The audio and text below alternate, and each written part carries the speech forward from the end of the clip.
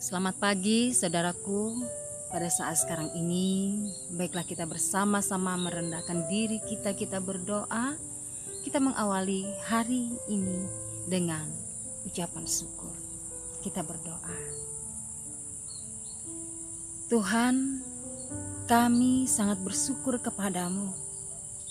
Di hari ini kembali kami diberikan kesempatan untuk mendengar firman Tuhan.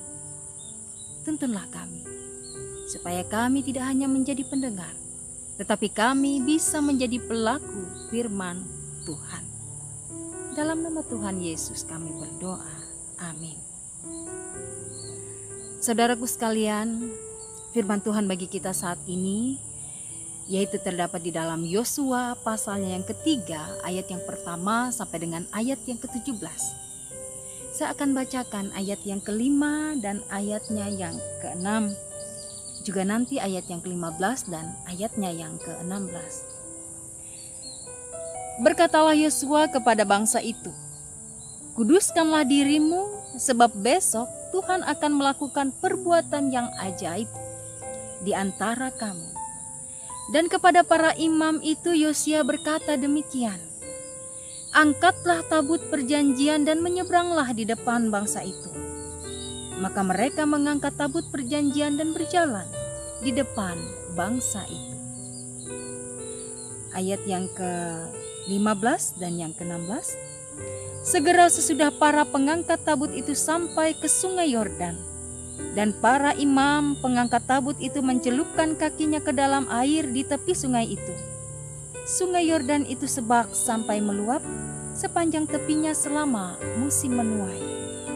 Maka berhentilah air itu mengalir. Demikianlah pembacaan Alkitab bagi kita. Amin. Saudaraku, di dalam pembacaan Alkitab kita ini, apalagi kalau kita mau membaca lebih lengkap lagi dari ayat yang pertama sampai dengan ayat yang ke-17. Ketika air sungai Yordan berhenti mengalir, saat para imam mengangkat tabut perjanjian dan mencelupkan kakinya ke dalam air di tepi sungai itu, saat itulah kuasa Tuhan nyata bagi orang Israel. Saudaraku, tabut perjanjian ini adalah lambang lahiriah kehadiran Allah dengan umatnya dan wadah bagi kedua loh dasatita. Dan tabut ini adalah tanda bahwa Allah berjalan di depan umatnya, memimpin mereka melawan musuh-musuhnya. Dan saat mereka dipimpin oleh Yosua, mereka kembali dibuat takjub oleh Tuhan. Mereka melihat sendiri bahwa Tuhan itu tidak pernah berubah. Sejak mereka dipimpin oleh Musa keluar dari tanah Mesir, penyertaan Tuhan itu tidak pernah berkesudahan. Bagaimana dengan kita pada saat sekarang ini, saudaraku? Apakah kita percaya dengan kuasa Tuhan yang selalu menyertai kehidupan kita? Atau adakah kita masih kurang percaya bahwa Tuhan selalu berjanji menyertai kita sampai selama-lamanya, menuntun kita menjalani hari-hari kita? Saudaraku, Tuhan itu tidak pernah berubah. Dari dulu, sekarang, bahkan sampai selama-lamanya.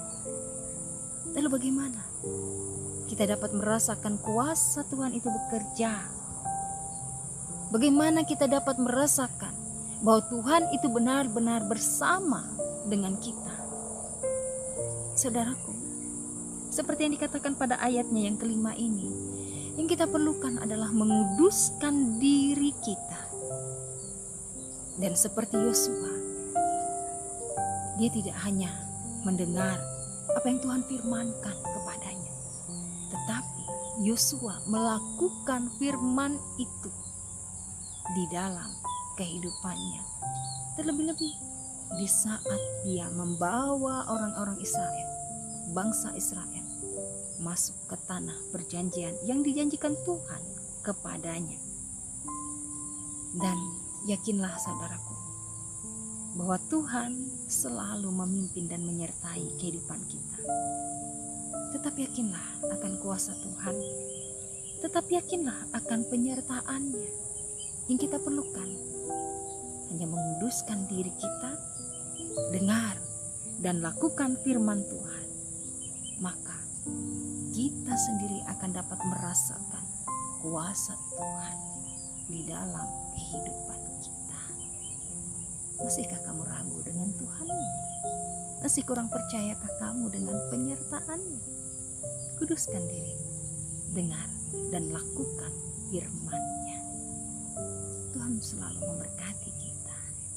Amin.